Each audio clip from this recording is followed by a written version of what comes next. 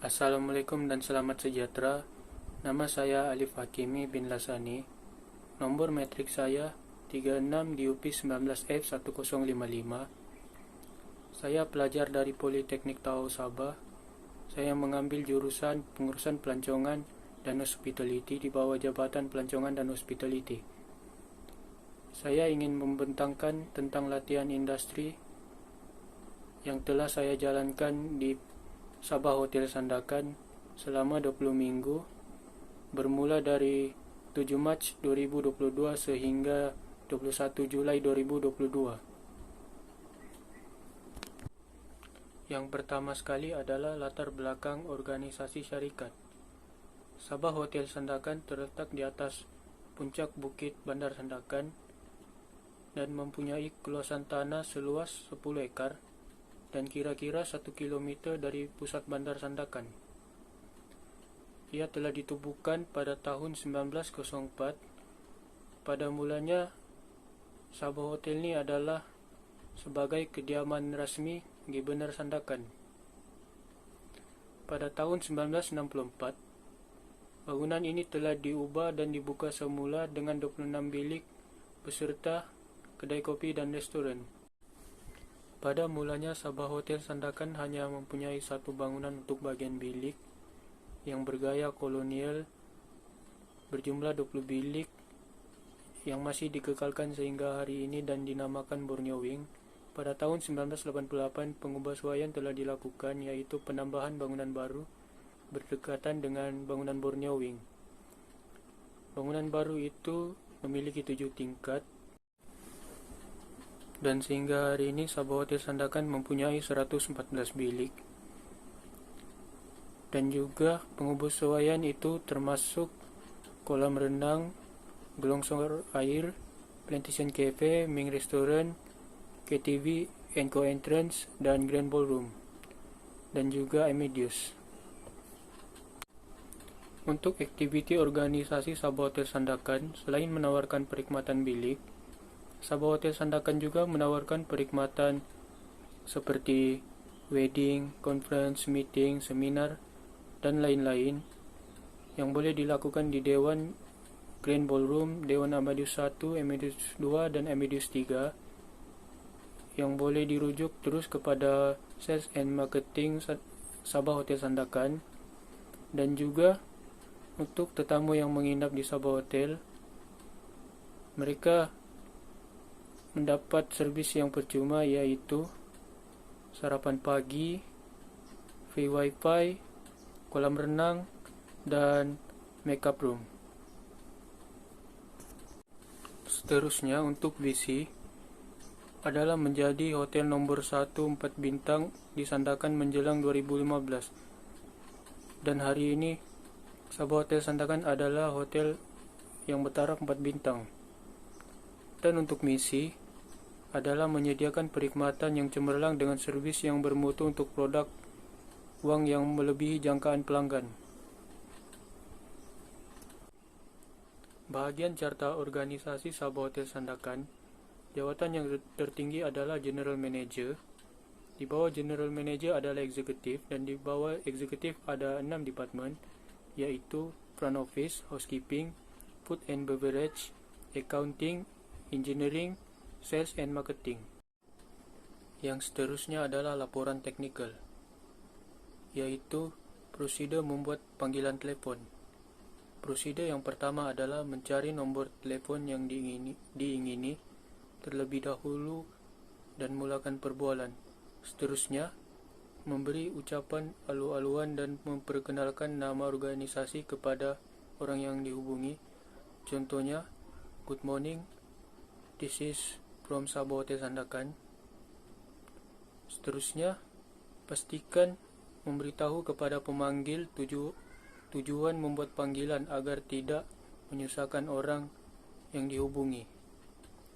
Sebaiknya catat semua maklumat yang berkaitan agar tidak perlu membuat panggilan semula. Dan yang terakhir, mengucapkan terima kasih setelah selesai perbualan dengan orang yang dihubungi. Yang kedua adalah prosedur menjawab panggilan telepon. Menjawab panggilan telefon sebaiknya sebelum deringan yang ketiga.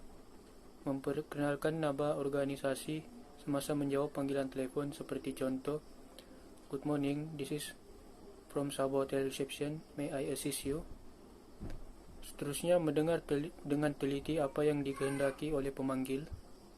Sekiranya terlepas maklumat atau ragu-ragu, resepsi perlu bertanyakan sekali lagi dengan mengulang semula maklumat yang telah diberitahu oleh pemanggil. Terus mencatat maklumat penting pemanggil seperti nama, tarikh check-in dan check-out, email, dan nomor telepon. Yang terakhir, mengucapkan terima kasih setelah selesai berbual dengan. Yang ketiga adalah membuat tempahan bilik dengan menggunakan sistem yang digunakan oleh Sabah Hotel, yaitu Integrated Design Build. Cara yang pertama adalah tekan reservation, tekan create reservation, masukkan tarikh check-in dan check-out tetamu, tekan frequent independent traveler, tekan book now, masukkan nama, nomor telefon, dan fax account, dan last kali adalah save reservation. Yang keempat adalah membuat LSAP lock. LSAP lock dilakukan oleh reception untuk membuka peti keselamatan yang terkunci di dalam bilik tetamu. Untuk menggunakan LSAP lock adalah sambungkan wire LSAP di peti keselamatan, hidupkan LSAP, tekan nomor 3 sebanyak 5 kali, dan tekan nomor 4 sebanyak 5 kali, dan peti keselamatan akan terbuka. Yang kelima adalah membuat program pintu. Program pintu juga dilakukan oleh reception. Program pintu dilakukan apabila pintu bilik tetamu habis bateri. Dan cara untuk membuat program pintu adalah hidupkan alat program, tekan login, masukkan kata laluan 3699, tukar pintu bateri yang baru, dan bateri digunakan sebanyak 3 bateri. Sambungkan alat program dengan pintu, masukkan nomor bilik tetamu, dan tekan program. Yang keenam adalah membuat set wake up call. Tekan butang wake up call, tekan butang set, tekan 8, masukkan nomor bilik, tekan set, masukkan waktu yang diminta, dan last kali tekan release. Yang ketujuh adalah masukkan house limit di dalam sistem bilik tetamu apabila diminta oleh Plantation Cafe. Yang pertama adalah masuk ke front desk, tekan in-house, masukkan nomor bilik tetamu, pergi ke billing instruction, letakkan 100.00, yaitu jumlah yang paling limit, dan tekan update. Dan yang ke-8 adalah pengurusan bagasi dan beg tetamu. Selain di reception, saya juga akan ditugaskan menjadi bellboy. Bellboy juga adalah satu departemen dengan front office. Cara menyusun beg dan bagasi tetamu adalah menyusun beg dan bagasi tetamu mengikut keutamaan. Jika pengantaran banyak, susun mengikut tingkat. Bagasi yang berat letak di bagian bawah. Gunakan pemegang bagasi untuk letakkan di troli, dan jangan menyusun dengan terlalu padat. Yang ke-9 adalah update sistem time-in yang dilakukan oleh housekeeping clerk. Cara update sistem time-in adalah tekan housekeeping system, tekan dirty dalam pilihan, masukkan nomor bilik, tekan search, tekan bilik yang diminta time-in, pilih cleaning in progress, dan tekan update. Yang ke-10 adalah washing machine Milner yang boleh menampung kain seberat 65 kilo dalam satu masa. Dan cara menggunakan mesin ini adalah masukkan semua cadar ke dalam mesin, tutup pintu mesin, masukkan kod cadar yaitu 101, pilih program untuk cadar, tekan 3 kali untuk mesin mula beroperasi. Dan yang terakhir adalah dryer machine yang boleh menampung kain seberat 16 kilo dalam satu masa. Dan cara menggunakan mesin pengering ini adalah pastikan saluran gas dihidupkan untuk mesin pengering dapat menghidupkan api. Masukkan semua tuala putih ke dalam mesin, tekan switch on elektrik, putar butang massa yang diambil untuk pengeringan, pilih jenis suhu panas sama ada low, medium, high, yaitu mengikut suhu pemanasan mengikut jenis kain. Dan lepas itu tekan butang untuk mesin start beroperasi. Untuk kesimpulan apa yang saya dapat sepanjang menjalani latihan industri, yaitu sepanjang 20 minggu latihan industri yang dijalankan bermula dari 7 Mac 2022 sehingga 21 Julai 2022 di Sabah Hotel Sandakan. Pelbagai pengetahuan dan pengalaman baru yang telah saya perolehi dan dapat dipelajari serta diaplikasikan.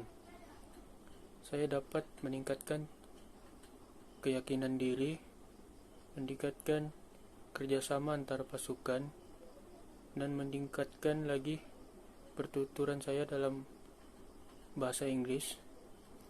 Dan juga latihan industri adalah salah satu perkara yang penting kerana ia dapat melatih kemahiran yang telah dipelajari oleh pelajar sepanjang pengajian di pusat pengajian di mana ia dapat diaplikasikan dengan berkesan. Selain itu, latihan industri ini juga merupakan satu cabang untuk membina keyakinan saya sendiri untuk menghadapi alam pekerjaan yang sebenar yang bakal ditempuhi dan membolehkan saya mengetahui segala kegunaan pelajaran-pelajaran dalam bidang pengurusan pelancongan dan hospitality yang saya telah belajar. Dan itu saja dari saya. Sekian, terima kasih.